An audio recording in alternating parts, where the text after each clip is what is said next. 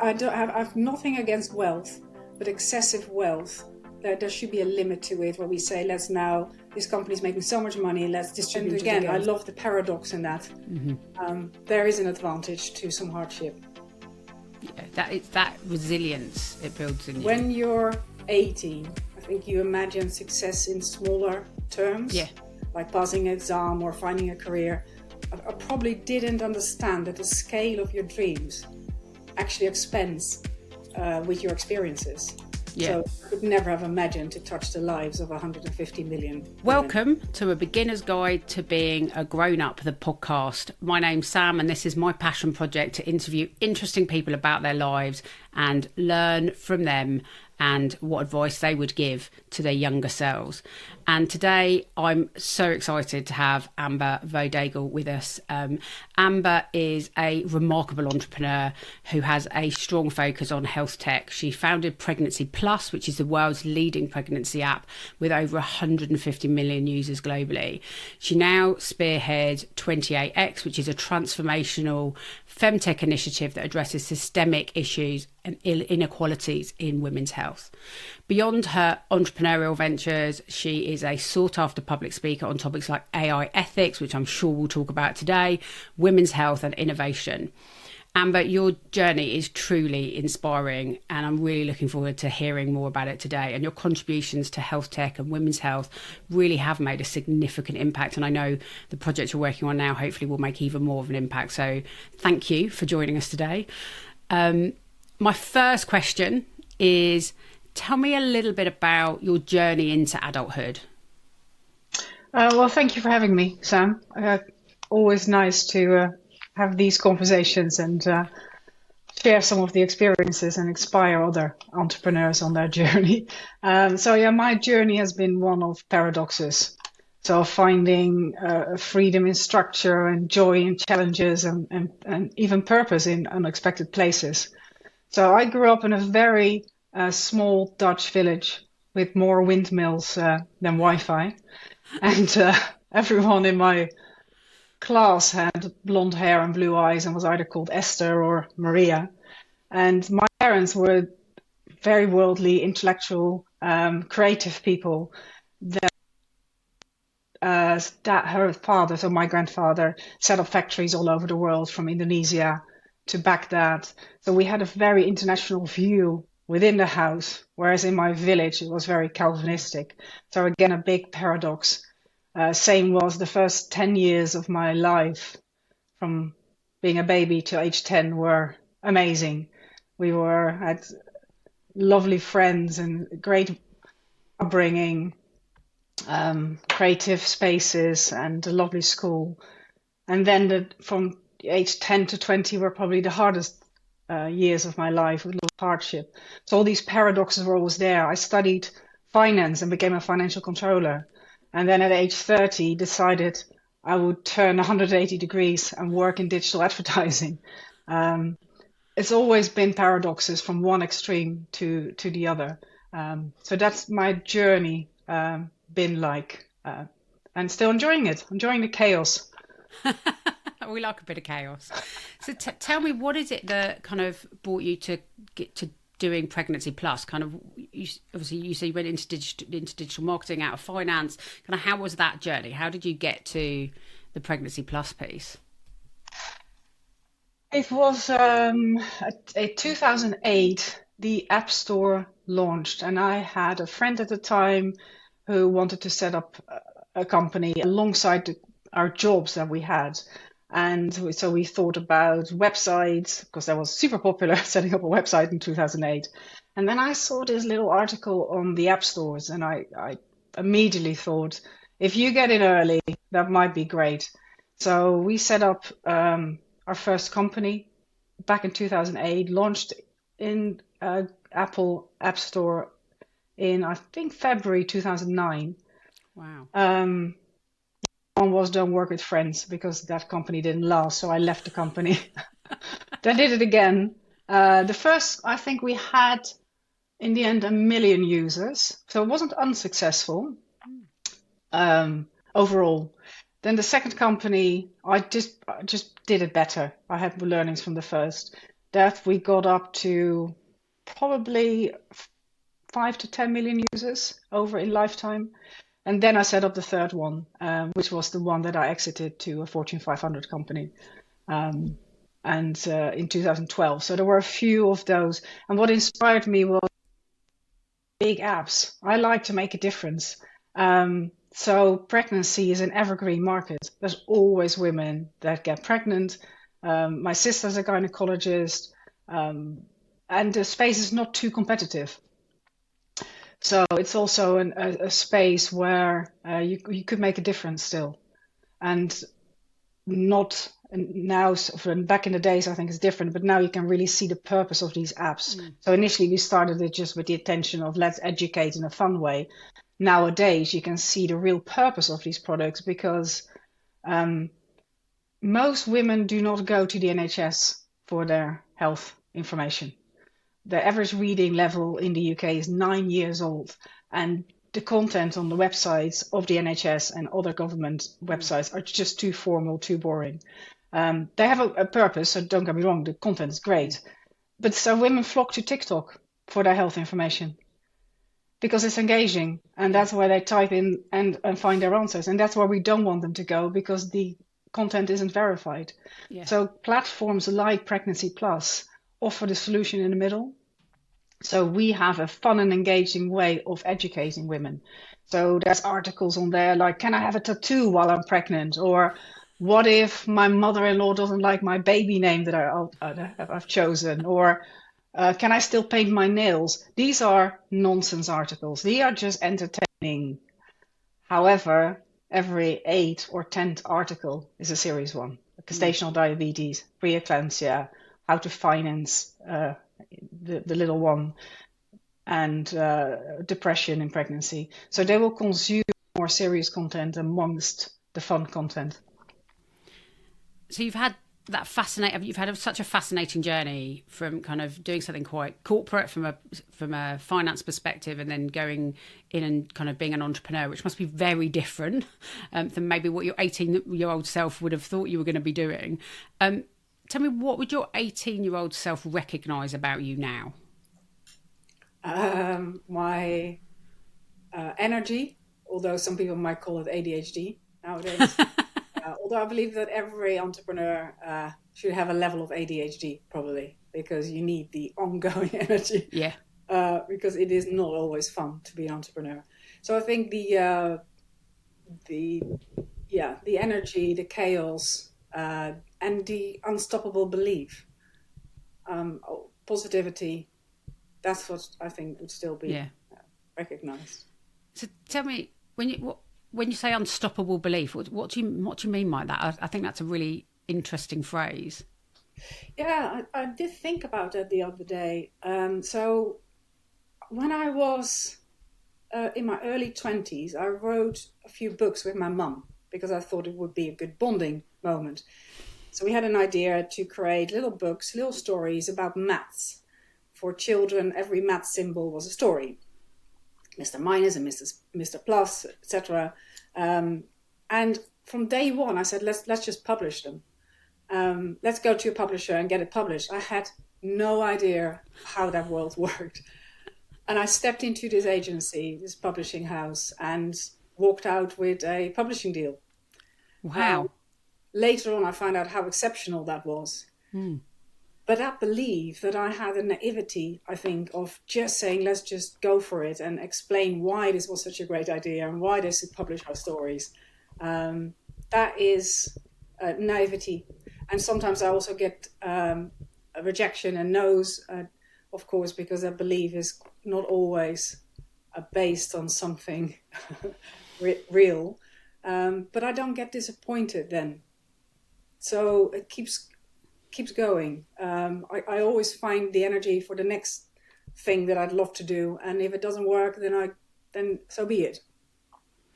That must be a really important mindset for being an entrepreneur. I think every entrepreneur is a little bit crazy. Otherwise, you just wouldn't do it. You get so many setbacks time and time again. Yeah. But it's. I had a tough few years when I was younger, and it taught me probably to always find the fun in a day, even though the day was difficult, or just see the positive. So there was once a TED talk called "The Advantage of a Bad Childhood." Couldn't find it anymore, but it was fascinating. And again, I love the paradox in that. There is an advantage to some hardship. Yeah, it's that resilience it builds in you. And finding positivity and belief and enthusiasm, even though it doesn't always look like that's justified. Yeah. So that's what your 18-year-old would recognise, that energy, that kind of relentless positivity. What would they be absolutely blown away by? Well, two things. One, personal. I don't think when I was 18 I would ever become a mother. My dad remarried and had 3 children again. And at the age of 14, I didn't really fancy having lots of little ones running around in the house. So I always thought I will never become a mum. And it was the most rewarding thing that happened to me. And the other thing is, of course, that I would impact the lives of millions of women. When you're 18, I think you imagine success in smaller terms, like passing an exam or finding a career. I probably didn't understand that the scale of your dreams actually expands with your experiences. Yeah. So I could never have imagined to touch the lives of 150 million women. I think most people on the planet would be amazed if they touched the lives of 150 million women. So I think that's a pretty amazing thing to do. I think that would amaze anybody. So tell me about. So obviously, you said in your childhood, from 10 to kind of 20, you had some struggles that really kind of formed your view on life.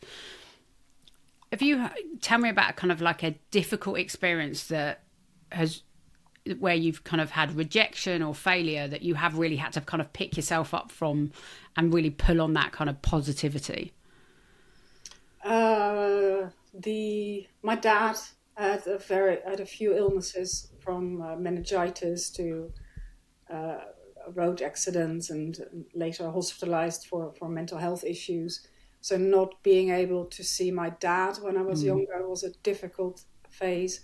Later in life, when I was 26, I was married to an entrepreneur, and something went wrong with his businesses. It wasn't on purpose, but he had signed personal liabilities, which I wasn't aware of.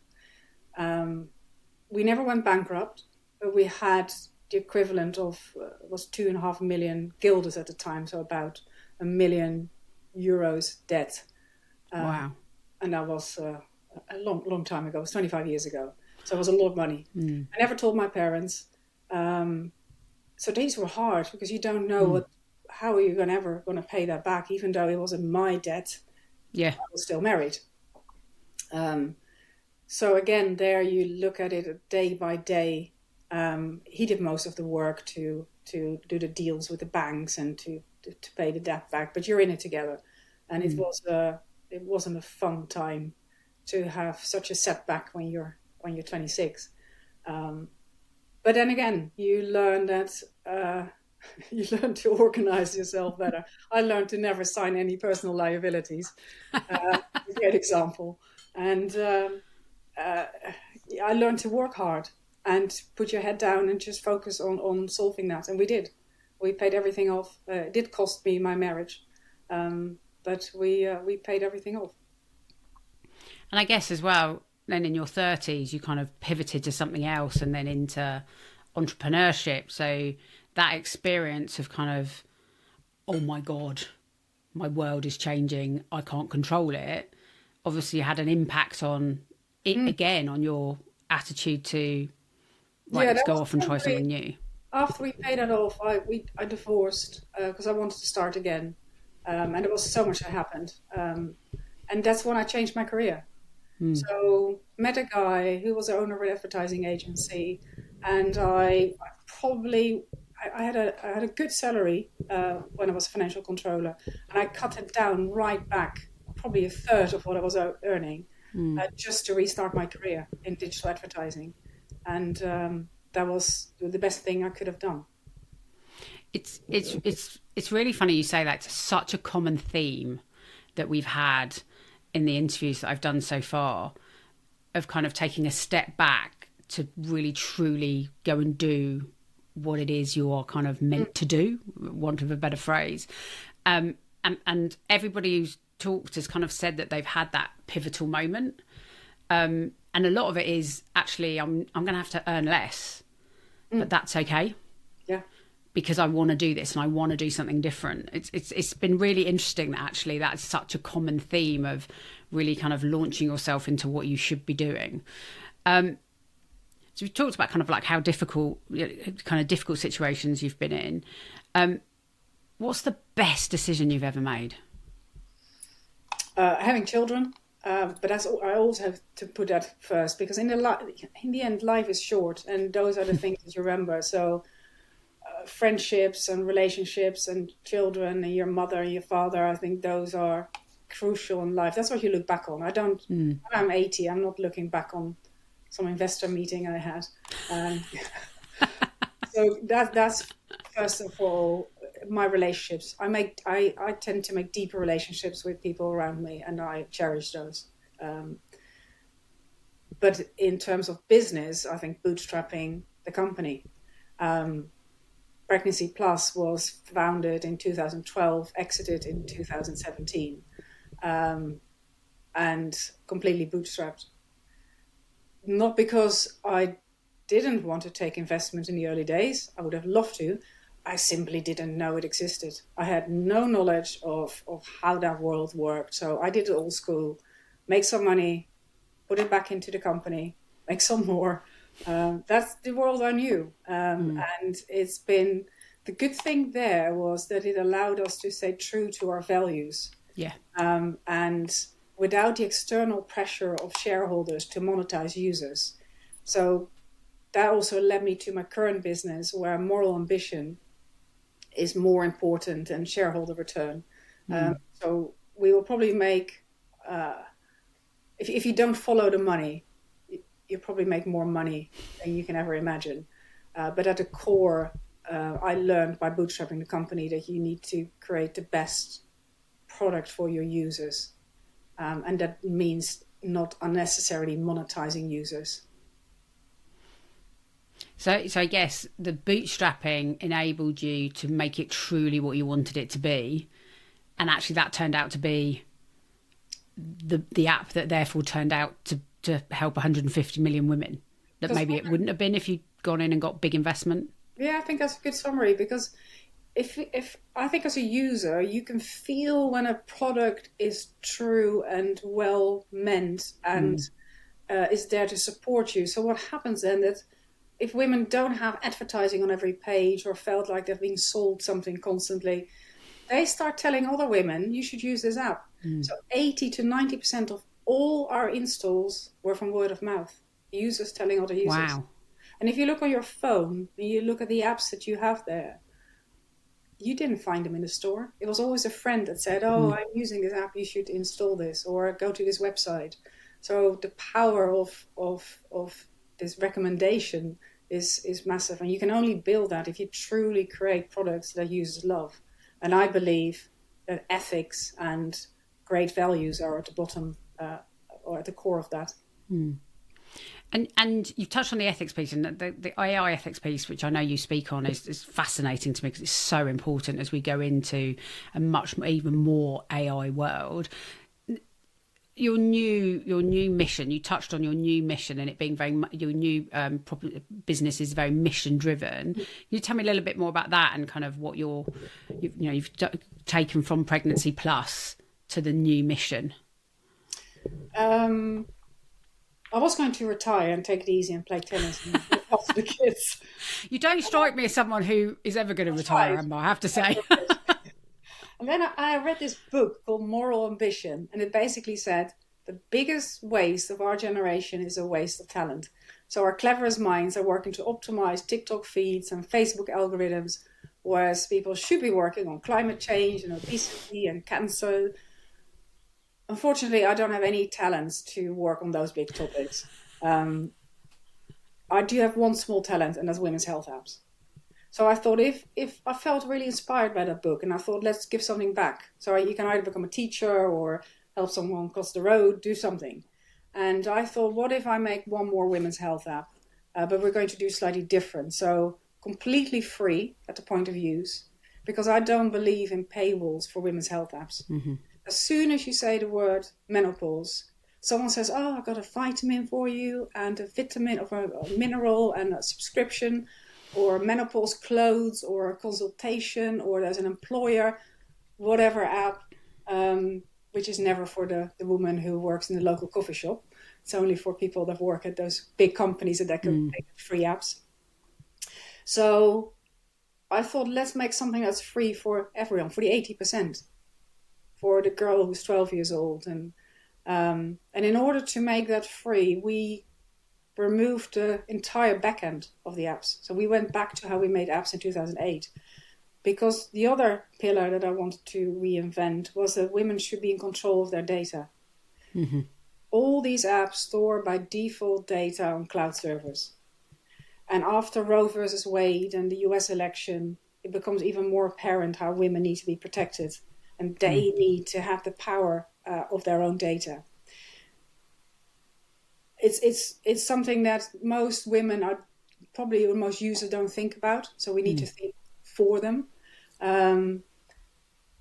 AI will do, as an example, AI will do our future recruitment. It's already happening with airlines in the Middle East, where the first screening of 2,000 first applicants is done by AI.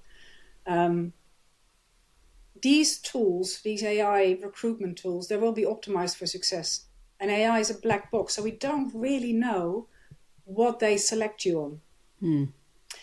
But I wonder, if you have cookies flying around of wanting to get a baby or getting pregnant, who's going to get a job in the future? The woman who has cookies on pregnancy or the one who isn't? Who's going to get the better health insurance? The woman who browsed articles on cervical cancers and breast cancers, or the one who didn't? So I always say, I'm happy for anyone to collect any of my cookies on what I buy on Amazon, where I go on holiday, and they can retarget me with lots of nonsense. But when it comes to my health, that's my private. And I don't want these to be collected on servers and then hoovered up by AI. So we are going to build a solution that is a new blueprint for health apps, where all the data will only live on device. So it's on-device AI, and you can donate your data for research. And if you want, you can back up in different ways, but it's not on our servers. So we don't own your data ever. And that can only be done if you don't go down the standard VC route. Mm-hmm. So large competitors, the Flow Health, Clue, Natural Cycles, these companies, they pick up 50 to 100, sometimes even close to 300 million in VC funding. That's not free money. That money needs to be earned back 10x, 20x. And women are going to pay for that in one way or another. You are the product. So we try to reverse that whole process and build something different. And they still have a space. We're just going to deliver a product for the 80% that can't afford subscriptions and that are in all over the world. And I'm guessing that's more than 150 million women. So it sounds like your new mission is going to have even more of an impact than the Pregnancy Plus mission. Let's hope. As you go forward, hopefully. Let's hopefully. Hope. I hope I don't fail.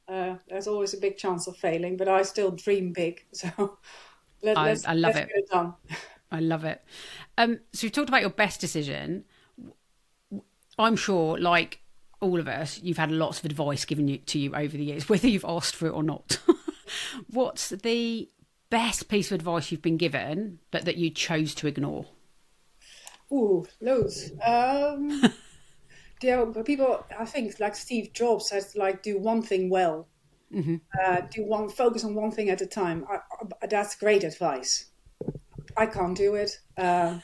I've in the past year set up this new business, which aims at building the biggest women's health app ever worldwide, which is big ambition, which keeps me up at night.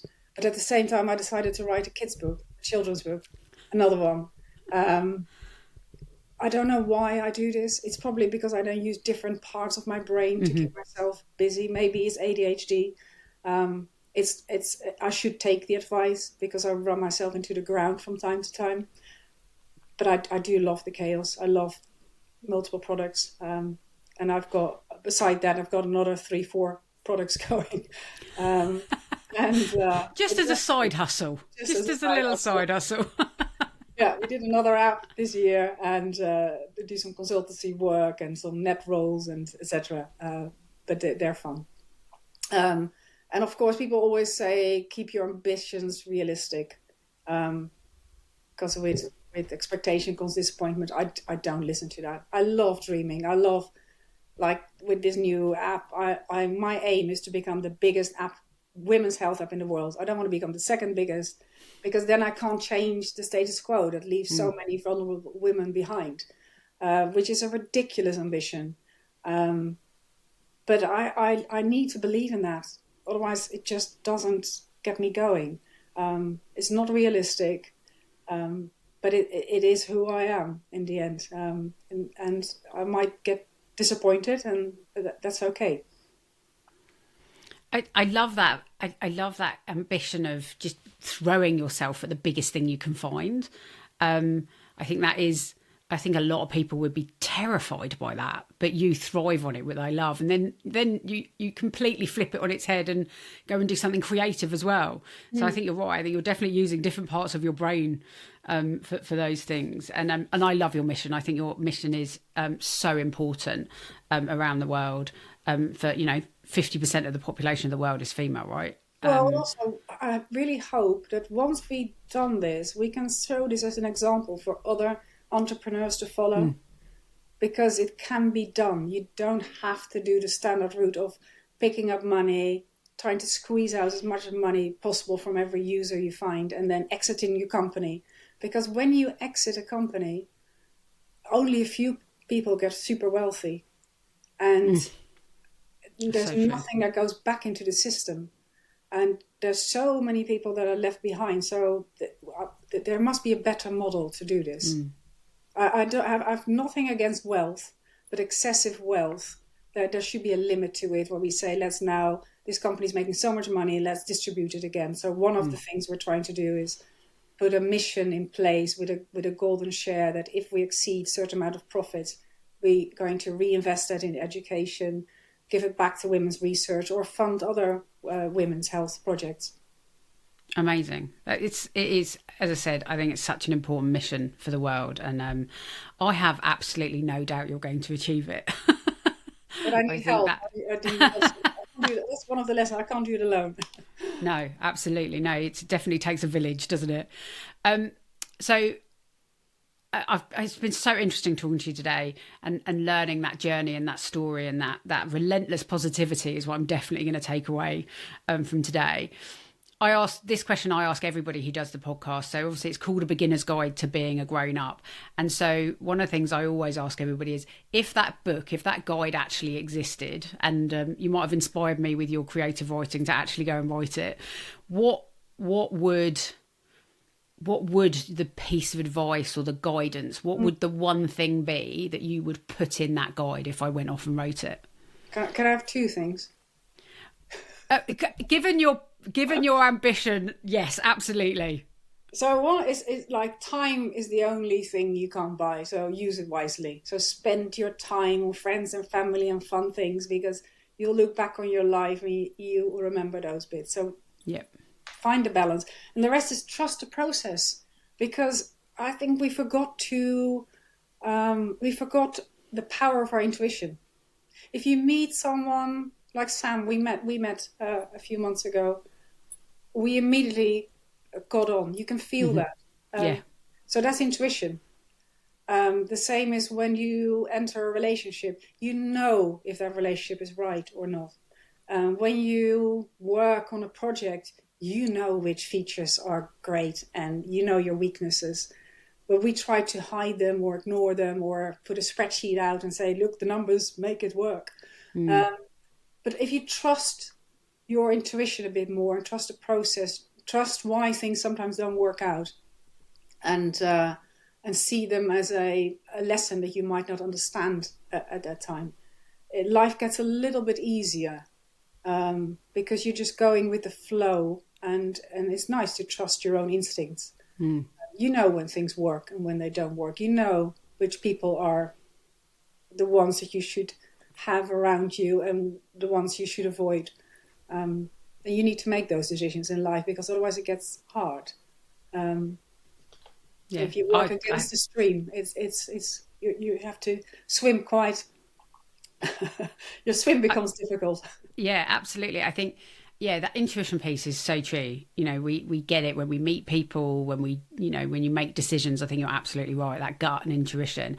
And I love what you say about time. And again, it is so true that what we do every day is who we are, and we have no idea how much time we have. So embracing the people we love and the people we want to spend time with and the things that we're passionate about, I think is so important. I was listening to another podcast earlier, and the person on the podcast, and I can't remember who it was, but they said that, you should spend your time doing what you would do without being paid. So if you can make a career out of doing something that you have enough passion for, that you do it whether you got paid or not, that's a great way to spend your time, rather than spending your time doing a job you don't love. And that very much sounds like you've embraced that within your life, which is amazing. And although when I say that, because I agree with you 100%, but lots of people say, well, I can't afford that. I have a job in a day and I am unable to do what I like doing. There is one thing, and that is, when I set up Pregnancy Plus, I still had a full-time job. So I always give that example. If you want to do things that you love, you can do them in the evening or in the weekend. So the one thing you should try to do is not watch Netflix.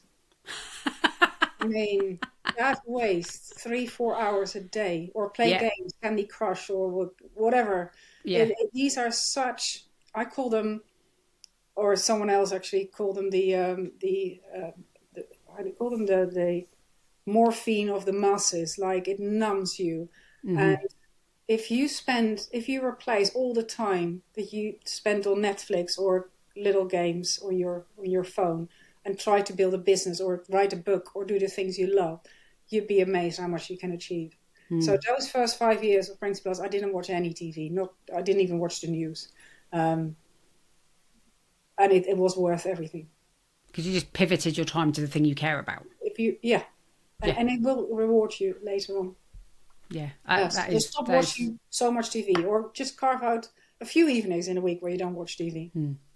That's so powerful and fantastic advice. So an extra piece of advice. You got 3 in there, so well done.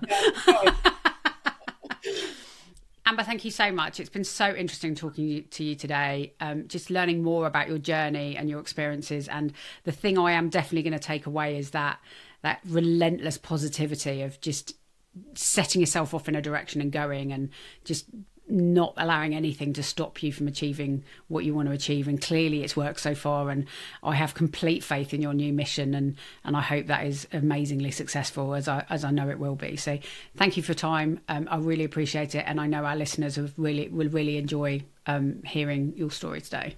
Thanks, Sam. Lovely to be here. I love the questions. I'm a big fan of your podcast. It's different, and it's the story behind the entrepreneur, and it's been very, very enjoyable. Thank you. Thank you. Thank you for listening to this episode of A Beginner's Guide to Being a Grown-Up. If you enjoyed it, please like, follow and subscribe wherever you get your podcasts.